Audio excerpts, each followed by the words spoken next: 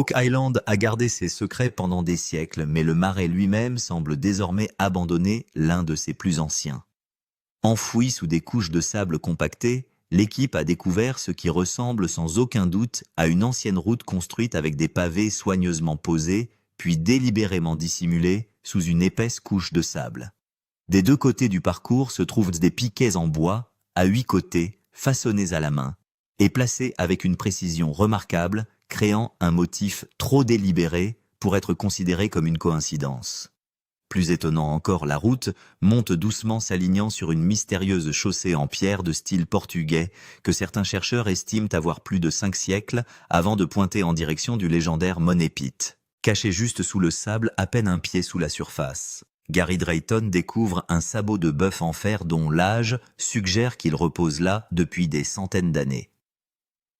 Pour les chasseurs de trésors expérimentés, un artefact comme celui-ci est bien plus qu'un vieux morceau de fer, car les chaussures de bœuf évoquent le transport, le travail pénible et l'activité humaine organisée dans un endroit où l'histoire insiste sur le fait que très peu de choses auraient dû exister. Gary étudie la découverte avec un enthousiasme croissant, convaincu que des routes comme celle-ci ne sont jamais construites sans but. Si des hommes et des bœufs traversaient ce marais il y a des siècles, la question évidente serait de savoir quelle cargaison de valeur exigeait un effort aussi extraordinaire. Encore plus intrigante est la possibilité que cette route cachée soit antérieure à l'enquête officielle de 1762 sur Oak Island elle-même.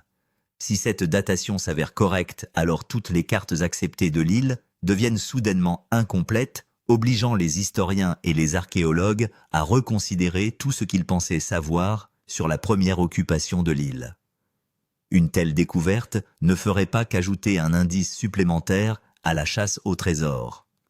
Cela réécrirait les fondations sur lesquelles ont été bâties 230 années de recherche. Alors que les travaux se poursuivent dans la partie ouest du marais, Peter Fornetti rejoint Gary Drayton et l'opérateur d'équipement lourd Billy Gerhardt à côté de la tranchée d'excavation en expansion. Billy peut difficilement cacher son enthousiasme lorsqu'il montre les couches exposées, expliquant comment chaque nouvelle section révèle exactement la même construction. Une épaisse couche de sable compactée recouvre systématiquement une surface pavée soigneusement construite, tandis que les piquets distinctifs à 8 côtés continuent d'apparaître à intervalles réguliers le long des deux bords. Avec chaque saut de terre enlevé, la cohérence croissante fait que l'élément ressemble moins à un accident de la nature qu'au produit d'une ingénierie disciplinée. Gary commence à balayer le sol fraîchement exposé avec son détecteur de métaux, s'arrêtant tous les quelques mètres alors que des signaux faibles mais prometteurs émergent dessous la surface. Peter suit le tracé de la route enterrée avec une attention particulière, remarquant progressivement quelque chose que Rick Lagina lui-même a discrètement observé tout au long de la semaine. Plutôt que de traverser directement le marais, la route tourne avec une intention indubitable vers le coin sud-est de l'île. Il s'agit d'une courbe subtile, mais qui semble presque impossible à expliquer si cette voie servait uniquement à des fins de transport pratique. En marchant prudemment le long de l'alignement exposé, Peter compte chaque pieu en bois un par un à mesure qu'ils émergent de la terre. Chaque pieu occupe un espacement presque identique, chaque placement suivant le même rythme mesuré, ce qui suggère que celui qui a construit cet itinéraire a travaillé à partir d'une conception soigneusement préparée plutôt que d'improviser au fur et à mesure de sa progression. Rien ne s'écarte du modèle. Chaque mesure murmure la même conclusion troublante. Cette route a été construite avec une destination prédéterminée, déjà fixée dans l'esprit de ses constructeurs. Cette destination revêt une importance énorme sur Oak Island. Le coin sud-est du marais abrite déjà une mystérieuse route en pierre de style portugais, un élément d'ingénierie qui, selon de nombreux chercheurs, pourrait remonter à plus de 500 ans. Aujourd'hui, 2 routes totalement différentes, construites selon des méthodes de construction complètement différentes, semblent converger précisément vers le même endroit. La possibilité que 2 projets d'ingénierie distincts visent un objectif commun attire immédiatement l'attention de tous. Rick Lagina s'approche tranquillement du bord de la tranchée et étudie lui-même l'image qui se développe. Debout à côté de Peter, il suit du regard la douce courbe et se rend compte que la route de sable cachée se dirige effectivement vers le même coin sud-est, occupé par l'ancienne route de pierre. Au-delà de ce point, le sol s'élève naturellement vers le Money Pit, l'endroit même qui a consumé des générations de chasseurs de trésors. Soudain, des découvertes distinctes, faites à des années d'intervalle, commencent à s'emboîter comme si elles avaient toujours appartenu au même projet plus vaste. Rick rappelle à l'équipe qu'ils ont déjà rassemblé des preuves convaincantes, reliant le lot 5 au Money Pit, mais qu'une question cruciale est toujours restée sans réponse. Comment celui qui occupait le lot 5 a-t-il transporté des personnes et des fournitures ou éventuellement des trésors à travers l'île? Une route cachée s'étendant entre ces lieux offre soudain une explication élégante qui n'avait jamais été visible auparavant. Même si Rick prend soin de ne pas tirer de conclusions hâtives, il reconnaît lui aussi que l'alignement croissant mérite une attention particulière. Plutôt que de spéculer davantage, Rick demande à Billy d'élargir considérablement l'excavation en enlevant toute couche de sable restante dans la zone de travail approuvée.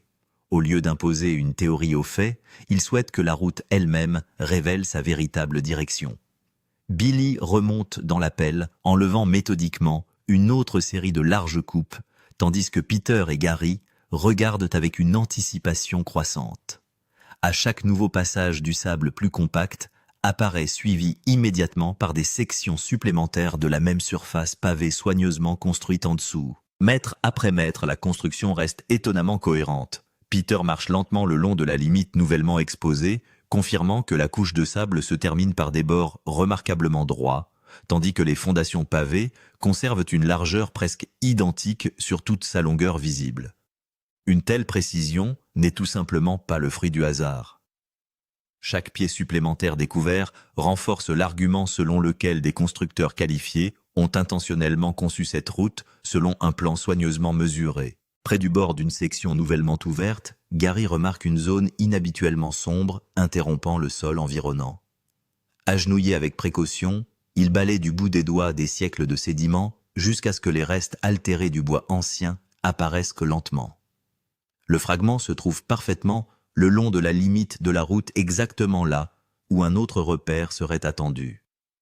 Peter s'accroupit immédiatement à côté de lui, étudiant le bois détérioré sans perturber sa position fragile. Bien que l'âge ait adouci le bois au point de le rendre méconnaissable des détails subtils, reste visible sous la pourriture. La section transversale apparaît distinctement à 8 côtés, correspondant aux piquets inhabituels déjà découverts ailleurs le long de la fouille. Ce marqueur nouvellement exposé devient le 3e exemple trouvé exactement le long de la même limite, en seulement 2 semaines, renforçant la prise de conscience croissante qu'il ne s'agissait pas de poteaux aléatoires enfoncés dans le marais. Il faisait partie d'un système de construction organisé dont le but commence seulement à émerger de siècles de silence. Gary passe soigneusement son détecteur sur le pieu exposé pour déterminer si des objets métalliques pourraient être enterrés à côté. La machine reste silencieuse directement au-dessus du bois, mais seulement quelques mètres plus loin, le long de la route, le détecteur produit soudainement un autre signal fort. Gary fait immédiatement une pause, ralentissant ses mouvements dans les arcs patients qui se chevauchent et qui ont défini d'innombrables découvertes réussies tout au long de ces années à Oak Island. Peter regarde attentivement, reconnaissant le rythme familier qui précède souvent une découverte importante. Bientôt, un autre fragment de bois patiné apparaît près du bord de la route et Peter le soulève doucement pour l'examiner de plus près. Malgré son état fragile, la pièce présente une fois de plus des preuves d'une mise en forme soignée plutôt que d'une croissance naturelle. Billy suggère que ces piquets ont peut-être été installés spécifiquement pour stabiliser la route en sable compacté, créant ainsi une structure renforcée, capable de supporter un poids important lorsque des chariots, des animaux ou des marchandises lourdes traversaient le marais. L'idée transforme ces simples poteaux en bois en éléments essentiels d'un projet d'ingénierie ambitieux. La forme de ces enjeux comporte une autre implication remarquable. Il n'y a pas si longtemps, le professeur Adriano Gaspani, spécialiste en archéoastronomie, a examiné une collection distincte de pieux à 8 côtés, récupérés dans la partie nord du marais. En comparant leurs alignements avec des points de référence astronomiques connus, il a conclu que ces marqueurs pourraient provenir dès le XIIIe siècle, soulevant l'extraordinaire possibilité d'un lien avec les Templiers. Que cette théorie s'avère finalement exacte ou non, la ressemblance entre les deux groupes d'enjeux est impossible à ignorer. Si les piquets bordant cette route récemment découverte correspondent aux exemples nordiques en termes de forme d'espacement, de qualité d'exécution et d'emplacement, alors ils pourraient bien avoir été créés par les mêmes constructeurs suivant les mêmes principes de conception. Une telle connexion modifierait considérablement l'âge estimé de la route sous leurs pieds. Au lieu d'un sentier colonial du XVIIIe siècle, l'équipe pourrait se trouver au sommet d'une infrastructure construite des centaines d'années plus tôt par des personnes dont la présence sur Oak Island n'a jamais été pleinement expliquée. Peter tourne soigneusement le pieu nouvellement récupéré à la lumière du soleil, permettant à ses surfaces altérées de capter la lumière. Même à travers des siècles de délabrement, le profil distinctif à 8 côtés reste suffisamment visible pour être reconnu. Gary hoche doucement la tête, alors que les deux hommes arrivent à la même conclusion sans avoir besoin de beaucoup de mots. Ce fragment unique pourrait relier directement le marais occidental au mystérieux réseau découvert plus au nord, suggérant que les éléments enfouis de l'île ne sont pas des découvertes isolées, mais des morceaux connectés d'une énorme histoire souterraine. Avant que quiconque ait le temps d'absorber les implications, une tonalité forte et indubitable jaillit du détecteur de métaux de Gary. Le signal est puissant soutenu, et contrairement aux lectures plus petites rencontrées tout au long de la journée. Gary balaie la bobine à plusieurs reprises sur la même parcelle de tranchée fraîchement exposée, confirmant que la réponse reste parfaitement cohérente. Le détecteur indique que le fer est enfoui à la distance la plus profonde qu'il peut mesurer, avec précision, ce qui suggère que tout ce qui se trouve en dessous est resté intact sous des siècles de terre accumulée. Peter commence immédiatement à creuser dans le sol lourd et gorgé d'eau en retirant soigneusement les couches de sable compactées avant d'atteindre la surface pavée en contrebas. Petit à petit, la terre cède jusqu'à ce que quelque chose de sombre, courbé et incontestablement métallique commence à émerger de l'ombre. Tout le monde autour de la tranchée se tait, réalisant qu'un autre chapitre de l'extraordinaire mystère d'Oak Island pourrait refaire surface sous leurs yeux, les rapprochant ainsi de la découverte de la vérité restée cachée pendant des générations. Il le soulève et l'essuie avec son gant, et Gary regarde de plus près. La forme est indubitable pour Gary au moment où Peter la retourne. L'arc du fer le motive d'usure le long de la courbe intérieure. C'est un très vieux sabot de bœuf. Je peux le dire par son état, il est là-bas depuis un moment. Les piqûres à la surface dues à des siècles d'eau des marais travaillant le métal. Peter transmet l'artefact à Gary pour une inspection plus approfondie. Gary l'identifie comme un très vieux sabot de bœuf en fonction du niveau de corrosion. L'état lui indique qu'il est enterré depuis longtemps. Peter note que la chaussure se trouvait à un bon pied de la route de sable elle-même.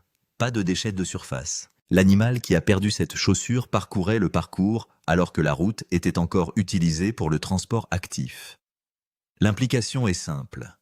Si la route était plus accidentée et moins finie au début de sa vie, cela explique pourquoi un bœuf a perdu un fer ici même. Les bœufs sur cette route sont synonymes d'activité. Les bœufs désignent les personnes qui déplacent de lourdes charges dans cette partie de l'île. Le scénario le plus probable est que de petits bœufs transportèrent des marchandises vers le gouffre financier et qu'à un moment donné, sur ce tronçon de route inachevé, l'un d'eux a perdu une chaussure profondément dans le sable. La chaussure va à Carmen Legg pour un rendez-vous. Peter espère que Carmen trouvera une date intégrée directement dans l'artefact lui-même. Gary pense qu'il doit y en avoir davantage dans cette tranchée. Peter revérifie le trou avec le détecteur de métaux tandis que Gary passe à la section suivante balayant tout ce que le sable aurait pu cacher. Pour Gary, la ligne de la route de sable est désormais cohérente aux deux extrémités. La route tourne vers la route en pierre de style portugais dans le coin sud-est du marais, et cette route en pierre se trouve près du gouffre financier. La route de sable se courbe, les pavés plient, les deux routes visent le même terrain en montée. Celui qui les a construits n'improvise pas le parcours. Ils savaient où ils allaient avant l'entrée du premier pieu. Peter est d'accord. Il souhaite que Billy continue d'élargir la tranchée dans la même direction afin qu'il puisse confirmer la trajectoire avant d'atteindre la limite du permis. Billy remonte sur la machine. Le seau descend. Une autre boule de terre marécageuse se soulève et une autre section de surface pavée apparaît en dessous. La couche de sable tient. La ligne tient. Gary regarde la nouvelle section apparaître et passe le détecteur dessus. Il capte des signaux mineurs le long des pavés, mais rien d'aussi profond que le sabot du bœuf. Peter le regarde travailler et note la position de chaque signal au bord de la tranchée. Le schéma d'activité est regroupé le long de la ligne de démarcation exactement là où les enjeux à 8 faces sont apparus. Quoi qu'il se passe sur cette route, cela se passait sur les bords, pas au milieu. Si vous suivez cette fouille, cliquez sur « Abonnez-vous » et sonnez la cloche. La section transversale sous la route centrale arrive et vous voudrez être là lorsque la lame entrera. Une ligne qui ne finira pas. Plus tard dans la journée du côté ouest du marais, Peter, Gary et Billy découvrent une plus grande partie de la route près de la limite de leur zone de fouille autorisée. Peter gratte une autre couche de terre et confirme la découverte. La terre est encore sablonneuse exactement comme prévu. La route n'est pas terminée. Peter regarde le plan devant lui. Le sable se trouve dans la même zone générale qu'auparavant et la ligne continue de s'étendre vers l'extérieur. Y a-t-il encore du sable là-bas? Pete, ouais, ici. Parce que c'est la ligne, les gars. Il ordonne à Billy de faire un scoop un peu plus loin sur la même trajectoire pour voir si la route continue ou se termine ici. Billy met la machine dessus. Gary vérifie la section fraîchement ouverte pour déceler du sable plus loin. Peter confirme que la couche est toujours là, le long de la même ligne. Tout sable dans le rouge de Gary est un signe que la route se dirigeait dans cette direction. Il demande à Pierre de continuer à tracer la frontière. Puis, Gary repère un autre enjeu. Peter le tient et le retourne pour inspection. La découverte confirme ce que Gary soupçonnait toute la matinée. La route continue. La preuve est là dans la main de Peter. Il ne s'agit pas de pieux placés au hasard dans le marais par accident. Il y a un modèle. La prochaine série d'enjeux devrait être juste devant eux, suivant cette même ligne. Billy baisse à nouveau le seau. La pelle suivante soulève une autre section de terre marécageuse. Peter et Gary interviennent derrière. La couche de sable est toujours là posée sur les pavés exactement le long de la trajectoire prédite par Gary. Peter parcourt la nouvelle frontière avec Gary et confirme l'alignement. La ligne n'a pas bougé. La route se dirige dans la même direction qu'elle se dirigeait 30 pieds en arrière et elle vise toujours le coin sud-est. Craig Tester arrive à la tranchée. Peter le salue et lui montre le nouveau pieu. Il montre la parcelle de sable qui correspond au tracé de la route qu'ils ont tracé toute la matinée. Craig l'étudie longuement. Pour Craig, la ligne de la route de sable rejoint Center Road. La route enfouie dans le marais ouest est selon lui une continuation de Center Road elle-même. Craig marche le long du bord de la tranchée et suit du regard la ligne de la route de sable, puis se tourne et regarde vers l'intérieur de l'île où passe Center Road. La trajectoire correspond. La route de sable dans le marais ouest s'aligne avec le tronçon de Center Road qui traverse le milieu d'Oak Island. Peter s'approche de lui et voit le même alignement. Gary et Billy aussi. Du coin du permis, la ligne est indéniable. Tous les hommes présents dans la tranchée regardent désormais dans la même direction et chaque ligne pointe dans la même direction. Center Road traverse le milieu d'Oak Island et suit les limites de propriété tracées par l'arpenteur général Charles Morris lorsqu'il a divisé l'île en 32 lots de 4 acres en 1762. Morris était un franc-maçon de haut rang. L'hypothèse standard retenue depuis plus de 200 ans est que Center Road elle-même a été creusée par des chasseurs de trésors au début des années 1800 après l'enquête de Morris, comme route d'accès à travers l'île. Dans cette version de l'histoire, la route suit la ligne d'arpentage, parce qu'elle a été construite après le tracé des lignes d'arpentage. Craig suggère le contraire de la chronologie standard. D'après sa lecture, la route était peut-être ici en premier, et les arpenteurs qui sont venus plus tard ont divisé les lots le long de la ligne déjà établie par la route. L'enquête a peut-être été basée sur la route et non l'inverse. Peter prend un peu de recul avec ça. L'implication est que cette route de sable est antérieure à 1762, ce qui constitue un territoire ahurissant pour n'importe quelle caractéristique d'Oak Island. Craig montre le mur de la tranchée et note la couche d'argile qui traverse la tranchée. La structure commence à paraître très vieille. La prochaine chose que l'équipe doit déterminer est si la route est avant ou après l'enquête, car la réponse à cette question réécrit toute l'histoire de l'île. Mais la tranchée s'est littéralement heurtée à un mur. Les fouilles ont atteint le coin de la zone autorisée et l'équipe ne peut pas pousser plus loin sur cette ligne sans pénétrer dans un terrain qu'elle n'est pas autorisée à perturber. Peter sort son téléphone pour envoyer un SMS à son oncle Rick et l'amener voir la découverte par lui-même. Craig se tient au coin du permis et regarde la ligne qui passe devant. La route continue. La prochaine série de piquets, selon le modèle de Gary, se situerait à quelques mètres au-delà de la frontière qu'ils ne peuvent pas franchir. Il en serait de même pour la prochaine section de pavés. Les preuves sont là non creusées sous le même sol marécageux qui les cache depuis des siècles. La seule façon de le suivre à partir de maintenant est de l'aborder sous un angle différent. Et c'est exactement ce que Craig est sur le point de proposer. La route vers le gouffre financier. Rick Lagina arrive à la limite ouest du marais. Peter, Gary et Craig l'attendent dans la tranchée. Peter l'accompagne à travers le coin du permis et le long de la route. L'équipe a creusé jusqu'à la limite de ce qu'elle est autorisée à creuser dans cette section et le travail dans le marais ouest est pour l'instant terminé. La limite, cependant, est évidente pour quiconque se tient au bord de la coupure. La route de sable se dirige directement vers Center Road. J'ai creusé dessus, donc nous avons fini de creuser ici. Mais la seule chose qui était évidente, c'est de se diriger vers Center Road. Rick prend un moment avec ce sous-entendu. La question qui se pose naturellement est de savoir si Center Road est la route d'origine à cet endroit, avec la surface moderne, simplement construite au fil des ans. Les gens construisent une route, au-dessus d'une autre route. Les surfaces changent, les matériaux changent, mais la ligne reste. La ligne est l'os sous le corps et personne ne bouge l'os. Ensuite, la plus grande question se pose.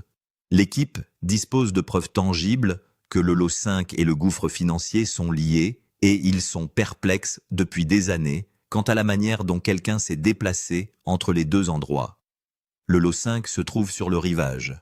Le gouffre financier se trouve sur les hauteurs de l'intérieur. Le terrain entre les deux est inégal. La distance n'est pas courte. Déplacer des marchandises lourdes sur ce terrain, sans véritable route, aurait été un cauchemar logistique. Une route qui traverse l'île expliquerait comment fonctionnait réellement la connexion. Rick laisse ça reposer. Le lot 5 fait l'objet de fouilles actives depuis 2022 lorsque l'équipe a commencé à enquêter sur les fondations en pierre arrondie près du rivage. Ils ont extrait de cette fondation un matériau semblable à un mortier qui correspond au sol des profondeurs de la zone du gouffre financier. Ils ont récupéré des objets, et des objets de valeur, certains datant du XIVe siècle. La théorie de travail actuelle est que le lot 5 servait autrefois de camp de base à celui qui a créé le gouffre financier. L'implication d'un camp de base sur le rivage est claire depuis un certain temps. Les marchandises arrivent par voie maritime. La cargaison est déchargée à la fondation. Le fret est mis en scène et préparé pour le déplacement vers l'intérieur des terres. La pièce qui manquait, c'est l'itinéraire. Le chemin qui emmène la cargaison depuis la rive du lot 5 jusqu'aux hauteurs où se trouve le gouffre financier. Sans route, le déplacement vers l'intérieur des terres est un terrain brutal à pied. Avec une route, c'est un transport simple, avec des bœufs et des charrettes. Peter présente le tableau complet à Rick. Si la route part du lot 5 pouces dans une direction et se dirige vers le gouffre financier dans l'autre, alors c'est la pièce manquante. C'est l'infrastructure physique qui relie le camp de base sur le rivage au lieu de sépulture sur les hauteurs. Rick étudie la tranchée, le sable, les pieux, le sabot de bœuf que Peter a remonté d'un pied à l'intérieur de la couche de sable. Gary montre une fois de plus le virage à Rick. La route de sable tourne vers le sud-est. La route en pierre se trouve dans le coin sud-est. Les deux caractéristiques conduisent le regard vers le haut dans la même direction. Rick parcourt la tranchée exposée avec Peter et trace lui-même la ligne. Il arrive au coin du permis et regarde au-delà dans le sol. L'équipe n'est pas autorisée à creuser cette saison. La ligne continue. Il peut le voir se dérouler. Pour Rick, la conclusion s'impose rapidement. Les travaux pour amener le trésor sur les hauteurs ont nécessité une véritable route, et c'est très probablement celle-ci qui a permis d'y parvenir. Eh bien, était-ce la route d'origine et elle a été construite au fil des ans. Les gens construisent simplement la route au-dessus de la route. Les indices pointent tous dans la même direction et la prochaine étape consiste à les suivre. Craig est d'accord sur la prochaine étape. L'équipe doit creuser une section transversale directement le long de Center Road elle-même, enfoncer une lame dans le sol sur une section connue de Center Road et couper la surface moderne. S'il y a un chemin plus ancien sous la route moderne, la coupe transversale le trouvera. L'espoir est d'exposer un ancien chemin en dessous qui prouve que les gens étaient ici bien avant 1762. Rick donne le feu vert. Billy est autorisé à pousser les fouilles un peu plus loin le long de Center Road, et il a beaucoup de travail devant lui pour exposer la section suivante. L'équipe fait une pause pour la soirée après une longue et dure journée. La tranchée dans le marais ouest reste ouverte. Billy sera de retour avec la machine et la prochaine lame ira le long de Center Road. La question qui ne disparaîtra pas. Le prochain mouvement était la section transversale sous Center Road. Billy va enfoncer une lame dans le sol le long de la surface de la route moderne et couper les couches, et Peter, Gary Craig et Rick vont chercher ce qu'il y a en dessous. La procédure est simple. Billy choisira une section de Center Road qui longe la ligne projetée de la route de sable dans le marais ouest. Il creusera une tranchée à travers la route à angle droit par rapport à la direction de la route. La coupe exposera le profil vertical complet de chaque couche qui a été déposée sous cette surface depuis le gravier moderne et la terre compactée en haut jusqu'à tout ce qui se trouve en bas. Si le bas de la coupe ne montre que du sol indigène, Center Road est exactement ce que disent les archives historiques. Si le bas de la coupe montre du sable sur le pavé, le document historique doit être réécrit. Les enjeux sont clairs. Si une couche de sable et de pavé apparaît sous la surface moderne de Center Road, alors Center Road n'est pas un sentier forestier creusé par des chasseurs de trésors au début des années 1800. Il s'agit d'une superposition moderne sur une artère médiévale, une route qui était déjà ancienne lorsque les Britanniques sont arrivés en 1762, une route qui savait déjà où elle allait bien avant que Charles Morris ne trace une ligne sur une carte topographique de l'île. Cela change la chronologie d'Oak Island. Il situe ici la construction à l'échelle industrielle avant l'enquête de 1762 avec des pieux octogonaux que le professeur Gaspani relie au début du XIIIe siècle. Il place des bœufs sur la route tirant leur poids suffisamment profondément sous la couche de sable actuelle pour que la route ait eu le temps d'être réparée, enterrée et refaite plus d'une fois avant que quiconque à l'ère moderne ne la voie. La question ouverte est qui ? Étaient-ce les Templiers, comme le suggèrent les alignements des enjeux ? Était-ce une expédition portugaise compte tenu de sa correspondance stylistique avec la route de Pierre Vieille de 500 ans dans le coin sud-est du Marais? Était-ce un troisième groupe dont le nom a été perdu dans les archives historiques parce qu'il le voulait ainsi? Chaque candidat apporte sa propre piste de preuve. Le professeur Gaspani a lié les pieux à 8 faces du Marais du Nord au début du XIIIe siècle et aux Templiers. La construction de style portugais de la route de pierre dans le coin sud-est a été datée par d'autres experts d'il y a environ 500 ans.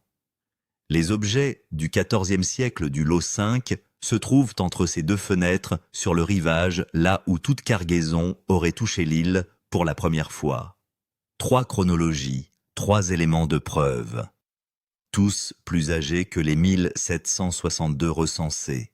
Tous sur la même île. Tous reliés potentiellement par une seule route enterrée. Carmen Legge sortira avec le fer à bœuf. Chaussure de bœuf. Oh, c'est un sabot de bœuf. Ouais, oui. C'est une chaussure d'hiver. C'est pour la griffe extérieure du pied, avant gauche. Une chaussure d'hiver. C'est une chaussure d'hiver. Qu'entendez-vous par chaussure d'hiver ? Ils sont assez coupants ici pour la glace. Neige dure et compacte. S'il s'agissait d'une chaussure d'été, elle serait beaucoup plus épaisse, plus large et plus robuste pour les rochers et le sol. La coupe transversale sous Center Road datera la route elle-même. Et la ligne de la route de sable continuera à pointer là où elle a toujours été, sur la pente, vers le coin sud-est, passer devant la route de pierre de style portugais. Continuation vers le Money Pit où toutes les routes d'Oak Island semblent finalement mener. Pour l'instant, les fouilles se poursuivent. La lame ira le long de Center Road lors de la prochaine enquête, et avec elle, la réponse à une question qui se pose sous la surface de l'île depuis plus de 2 siècles va enfin sortir de terre. Peter, Gary, Craig et Rick seront tous à la tranchée, à ce moment-là, regardant les couches de la route moderne se décoller lentement pour révéler ce qui a été caché sous la ligne d'arpentage pendant des siècles. Laissez un commentaire et dites-moi où selon vous cette route mène réellement. Templiers portugais ou quelqu'un que nous n'avons pas encore nommé. Cliquez sur « J'aime » si vous souhaitez voir la section transversale de Center Road lors de la prochaine enquête. Et abonnez-vous pour ne pas manquer le moment où la lame de Billy entre et découvre si cette route perdue mène vraiment directement au trésor.